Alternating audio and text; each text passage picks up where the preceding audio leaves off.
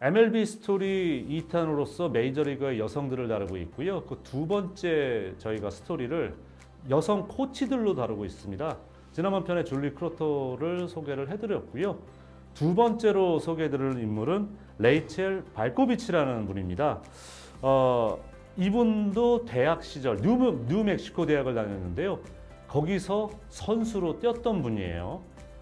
선수로 뛰면서 나는 그냥 선수로서 여기서만 그치고 싶지 않아. 계속 야구 쪽에서 일을 하고 싶어. 근데 그게 행정적 일이 아니라 필드에서 직접 선수들과 같이 호흡하고 또 선수들과 뭔가 교감을 하고 싶어하는 그런 일을 하고 싶어 했습니다.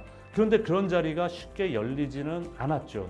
그렇기 때문에 이분도 먹고는 살아야 되잖아요. 그래서 뭐를 했느냐? 웨이트레스. 그리고 여러분 뭐 그 운동복을 주로 파는 그런 룰루레몬이라는 그런 브랜드가 있죠. 거기서 두 가지 일, 투잡을 뛰면서 계속 본인의 꿈을 포기하지 않고 키워나갔습니다. 그러면서 본인이 계속 여러 팀에 자기가 나 이런 팀에 여기서 코치로 일할 수 있습니다. 계속 본인이 했는데 15개 팀에게 모두 다 거절을 당했다 그래요. 사실 이 정도쯤 되면은 나는 정말 역시 장벽이 높아. 여성으로서 내가 선수를 가르치는 거는 힘든가 봐. 포기할 수가 있었을 거예요. 하지만 이분은 포기하지 않았습니다. 거기서 그치질 않았어요. 그러면서 2012년입니다. 세인트루이스의 마이너리그 루키리그 팀입니다. 존슨 시티 카디널스의 임시입니다마는 컨디셔닝 코치, 선수들의 컨디션을 잡아주는 컨디셔닝 코치로 고용이 돼요. 그러니까 본인이 그 많은 팀에게 거절을 당했습니다. 포기하지 않았고 자기가 이런 일을 할 수 있다는 것을 하면서 꾸준하게 문을 두드린 거죠. 그래서 얻어낸 것은 아무리 마이너리그에서 가장 낮은 단계 팀이라고 하더라도 프로팀입니다. 루키팀입니다. 프로팀이에요. 그 팀의 보조 컨디셔닝 코치로 일단 고용이 되면서 본인의 커리어를 열 수 있는 그런 기반을 다질 수가 있었습니다. 그리고 4년이 지난 이후에 이분이 일을 열심히 잘한 거죠. 그 루키리그 팀에서 그 존스시티 카디널스에서 일을 열심히 잘하면서 타 팀의 시선을 사로잡게 돼요. 바로 그 팀이 휴스턴 애스트로스입니다. 스트렝스 앤 컨디셔닝 코디네이터, 그러니까 선수들의 어떤 뭐 체력적인 부분, 이런 부분과 컨디셔닝을 맡는 코디네이터로 고용을 하는데 그것도 약간의 하나 단서가 붙어요. 뭐가 붙느냐? 라틴 선수들.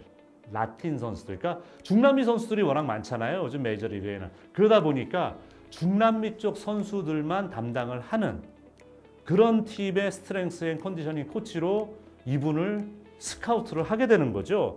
근데 이분이 문제는 뭐냐? 이 직을 맡게 되는데 스페니쉬를 할 줄 알아야 되잖아요. 선수들하고 커뮤니케이션을 해야 됩니다. 그래서 이분이 스페니쉬를 열공을 합니다. 열공을 해서 정말 결국은 선수들과 교감을 하면서 최초로 또 프로팀에 이런 직책을 맡는 여성이 되게 돼요. 이번에는 휴스턴 애스트로스의 더블 A팀, 코퍼스 크리스티라는 팀입니다. 이 팀의 코치로 승격이 돼요. 그러니까 지금까지 뭔가 좀 보조 코치라든가 약간 이런 좀 겉도는 듯한 그런 느낌의 보직이었다면 이제는 정식 코치로서 점점 다가서는 그런 모습을 보이게 된 거죠. 이게 이분의 실력을 인정받지 못했으면은 이런 일은 애초부터 일어날 수가 없는 겁니다. 그렇기 때문에 이 레이첼 발코비치의 정말 강한 의지라고 그럴까요? 누구도 가지 않은 길을 가는 건 정말 고독하고 외롭습니다. 또 누구도 가지 않았던 길이기 때문에 구체적인 방법 또는 노하우를 전수해 줄 사람은 아무도 없어요. 그렇기 때문에 그 길 가는 게 그만큼 어려운 겁니다. 하지만 이분은 본인 스스로가 최초로 가는 길을 계속 부딪히면서 거기서도 인정을 받는 그런 엄청난 노력을 기울였다는 점, 그 점을 저희가 좀 기억을 해야 되지 않을까, 좀 이런 생각이 들고 있어요. 자신의 가진 배움의 길, 자기가 코칭을 하면서도 그런 걸 멈추지 않습니다. 그 대표적인 예가 이분이 그 더블 A 코치로 일을 하게 되잖아요. 그 이후에도 다음에 네덜란드로 석사 학위를 따기 위해서 공부에 들어가면서 네덜란드 대표팀, 여러분 WBC에서도 최근에 네덜란드 무서운 팀인 거 아시죠? 네덜란드 팀의 보조 타격 코치까지 합니다. 국가대표팀에.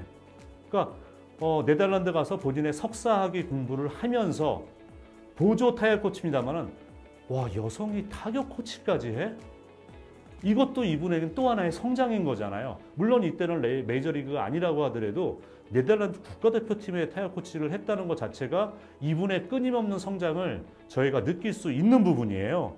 그렇기 때문에 이분이 여기서 네덜란드 석사학위를 따고 다시 미국으로 넘어옵니다. 그리고 국내에서는 요즘 잘 알려졌죠. 투수들의 그 피칭 터널이라는 표현은 요즘 해설가 분들이라든가 많이 쓰죠. 근데 그 피칭 터널이란 이론을 지금 현실화시키고 있는 데가 바로 드라이브 라인이라는 미국의 야구 아카데미입니다. 거기에 들어가게 돼요. 근데 거기서 이분이 또 본격적으로 무슨 공부와 무슨 연구, 무슨 리서치를 하게 되냐면은 공을 보는 타자들의 시선 추적. 그러니까 공을 보기 위해서 투수 손에서 공을 떠나는 걸 지켜보는 것부터 포수 밑에 들어올 때까지 그 공을 보는 타자들의 시선을 추적하는 그런 리서치를 합니다. 거기서 그치질 않습니다. 그러면서 투수들이 그때 공을 던질 때 저희들은 보통 팔 동작을 눈여겨보게 되는데 투수들에게 물론 타자들도 마찬가지입니다만은 저희가 힙턴이라는 표현을 쓰잖아요. 엉덩이의 움직임. 엉덩이 턴을 투수들도 어떻게 하느냐에 따라서 차이가 있다는 것을 발견을 하고 또 그 점을 열심히 공부를 합니다. 이런 자세가 나왔기 때문에 이 레이첼 발코비치라는 분이 계속 메이저리그 팀들의 관심을 이제는 받기 시작하는 그런 인물이 돼가요. 그러면서 결국 2019년 11월 달 스프링 트레이닝 때부터 뉴욕 양키스의 타격 코치로 들어갑니다. 이때는 물론 메이저리그 레벨은 아닌데 스프링 트레이닝에 여러분 많은 마이너 선수도 초청하고 하죠. 그때 마이너 코치들도 들어오거든요. 그때 한 명으로 들어가게 된 거예요. 이거는 여성으로서 역시 최초였습니다. 여성 최초로 메이저리그 스프링 트레이닝, 공식적으로 열린 스프링 트레이닝 캠프장에 여성 코치로서 그 자리에 참석을 하게 된 거예요. 그러니까 지금과는 다른 새로운 또 장이 열리게 되는 겁니다. 자, 그러고 이때 양키스 한 팀만이 아니었어요. 샌프란시스코 자이언츠도 코치 제안을 해요. 코치 제안하면서 우리랑 같이 가자고. 그러니까 퀄리티 컨트롤이라죠. 요즘은 똑같은 훈련을 하더라도 사실 양보다 질이 중요합니다.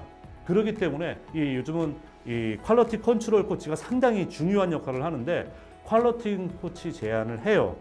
그런데 그 당시로서는 양키스 제안을 먼저 받아들이면서 일단 그 일을 억셉트를 하고 일을 하게 됩니다. 그리고 그 시즌이 끝났어요. 이분이 어떻게 했겠습니까? 또 거기서 안주했을까요? 절대 아닙니다. 겨울에 호주 리그를 또 갑니다. 여러분 겨울에 열리는 리그는 중남미 윈터 리그가 있고 호주에 또 겨울 리그가 있잖아요. 여러분 아시죠? 호주는 우리한테 겨울이 그쪽이 여름이죠. 그쪽에 야구 시즌이 열립니다. 그 호주 리그에 가서 코치로 또 뛰어요. 그렇기 때문에 이 호주 리그 가서 코치 경험을 쌓는 것도 큰 도움이 될 수 있습니다. 이 점을 레이첼 발코비치 씨가 관가하지 않은 겁니다. 그래서 겨울에도 쉬지 않고 호주 리그 가서 코치 경력을 더 쌓고 2022년도에 양키스의 로우 싱글 A팀 탐파 타이푼스 감독으로 임명이 됩니다. 물론 마이너 팀입니다만은 정식으로 양키스란 팀 소속 산하의 마이너리그 팀의 여성 최초 감독이 되면서 이 레이첼 발코비치 씨가 정말 또 메이저리그의 여성들의 한 획을 긋는 그런 선을 했기 때문에 이분을 두 번째 주인공으로 소개해드리지 않을 수가 없었습니다.